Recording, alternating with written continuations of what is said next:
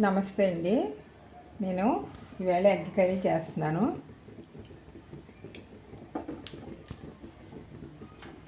మా బాబుకి egg curry చేస్తున్నాను. నేను చాలా రోజుల నుంచి ఎన్వి మానేసాను, అందుకే నేను అన్ని వెజ్ కర్రీసే వండుతున్నాను. 49 రోజులు సుషుమ్నా క్రియాయోగం అని ఒక ధ్యానం అనమాట. అది చేశాను. దాంతో ఎన్వీలు అవి బంద్ మాకు. పాప మా బాబుకి కూడా ఏమీ వండలేదు. ఈవేళ ఏంటంటే మొన్నటికి నాకు సండేతో అయిపోయింది, అందుకని ఈవేళ పాపం వాడికి ఎగ్ కర్రీ చేస్తున్నాను. ఇవి ముందు ఏంటంటే గుడ్లు శుభ్రంగా వేయించుకోవాలి, ఆయిల్లో ఘాట్లు పెట్టుకోవాలి, లేకపోతే పేలుతాయి. మొత్తం ఇలా కొంచెం ఆయిల్ వేసుకుని వేయించేసుకోవాలన్నమాట. ఫస్ట్ బాగా వేయించుకుంటేనే ఎగ్ బాగా అనేది టేస్ట్ వస్తుంది, బాగా టేస్ట్ వస్తుంది అన్నమాట. వేయించకుండా వేయకూడదు.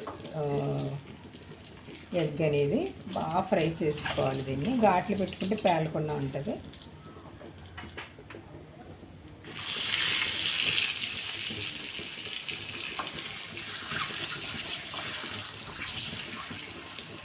ఇలా వేయించేసాను 3 గుడ్లు. ఉల్లిపాయలు కూడా వేయించుకోవాలి.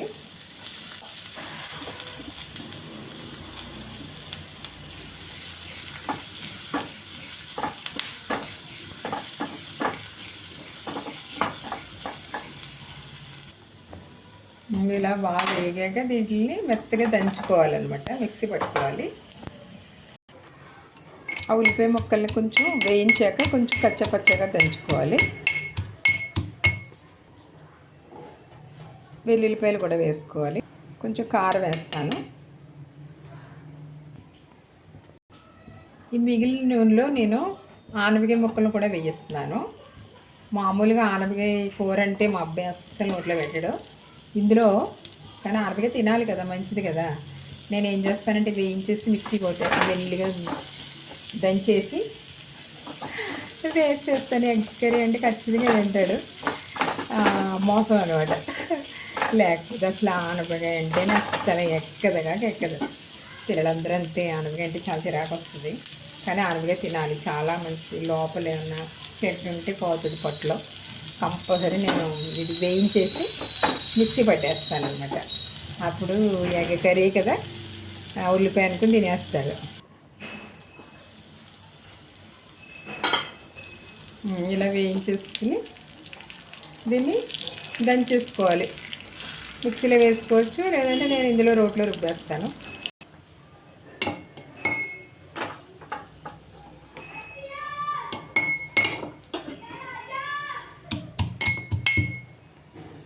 ఇది కూడా వేసేసి ఉల్లికారం కూడా వేసేసి దంచేస్తాను.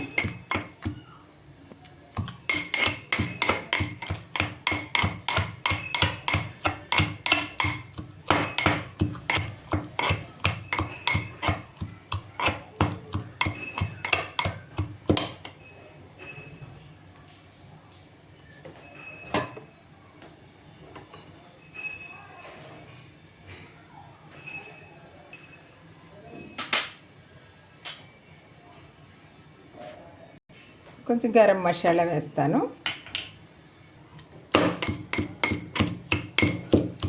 కొంచెం కాబట్టి చిన్న రోల్లో వేస్తాను.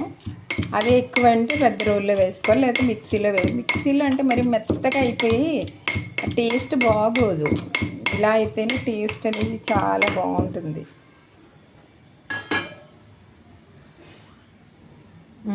ఇప్పుడు మళ్ళీ ఒక గిన్నె పెట్టాను. ఈ నూనె అవి వేయించిన నూనె ఉంటే వేసేసాను కొంచెం. పప్పు నూనె ఇది కూడా ఈ పేస్ట్ వేసుకుని వేయించుకోవాలి ఫస్ట్.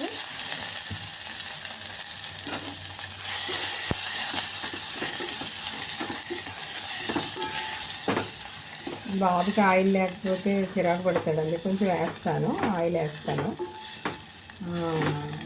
అన్నీ అనగానే ఆయిల్ ఎక్కువ ఉండాలి. ఆయిల్, కారాలు వెజ్ ఎలా అయినా టేస్ట్గానే ఉంటాయి, కానీ నాన్ వెజ్ మాత్రం కొంచెం ఆయిల్ అన్నీ వేసుకుంటేనే బాగుంటుంది. కరివేపాకు పొడి వేస్తున్నాను, కొత్తిమీర కూడా వేసుకోవాలి. అదే అదే జీడిపప్పు వేయటం మర్చిపోయాను. నెయ్యి వేసి పక్కనే జీడిపప్పు కూడా వేయించేసుకోవాలి. ఫస్టే వేయాలి జీడిపప్పు, మర్చిపోయి వేస్తాను. జీడిపప్పు వేస్తే మంచి టేస్ట్ వస్తుంది.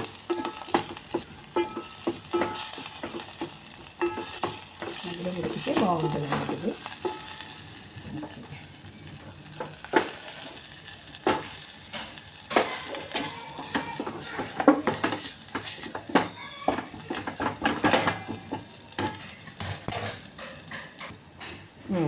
ఇది కొంచెం వేగాక ఎగ్స్ వేసేసుకోవాలి.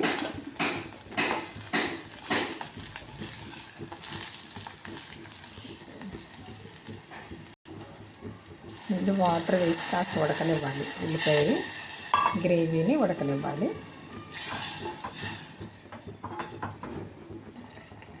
కొంచెం వెన్న కూడా వేస్తాను నేను, ఎందుకంటే కడుపులో మంటలు అవి రాకుండా ఉంటాయి. మసాలా అది వేసాను కదా, వెన్న వేసుకుంటే టేస్ట్ చాలా బాగుంటుంది.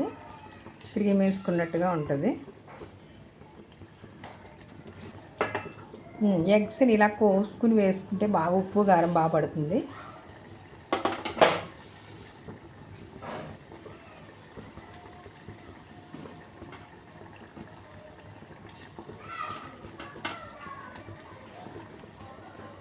సాల్ట్ వేయలేదు, మర్చిపోయాను. ఇది కూడా వేస్తున్నాను.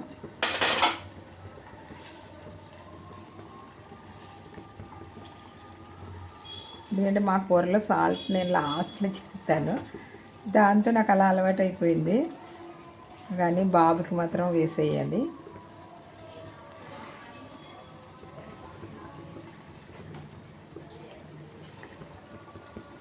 కూర మాత్రం చాలా టేస్టీగా ఉంటుంది. Masala curry, egg masala curry చూడండి. Egg masala curry ready. ఇది చాలా టేస్టీగా ఉంటుంది. పిల్లలు ఆనపకాయ వేసానన్న ఇది కూడా తెలియదు వాళ్ళకి. పిల్లలకి ఖచ్చితంగా కర్రీ, మనకి నాన్ వెజ్లో వెజ్ కంపల్సరీ వేయాలి, ఎందుకంటే ఫైబర్ ఉండదు నాన్ వెజ్ కర్రీస్లో. మనం వెజ్ని యాడ్ చేయాలి, కానీ పిల్లలు తినరు. అందులో మగపిల్లలు అస్సలు తినరు, వాళ్ళకి చెప్పలేము. కానీ వేసేయాలి, ఏదో ఒకటి. తెలియకూడదు వాళ్ళకి, అసలు వేసామని తెలియకూడదు. మసాలా కర్రీని తినేస్తారు. ఓకే, బాగుందా? చూడండి, చేసుకోండి. మీరు కూడా చేసుకొని పిల్లలకి ఇలా ఈ స్టైల్లో పెట్టండి. బాయ్.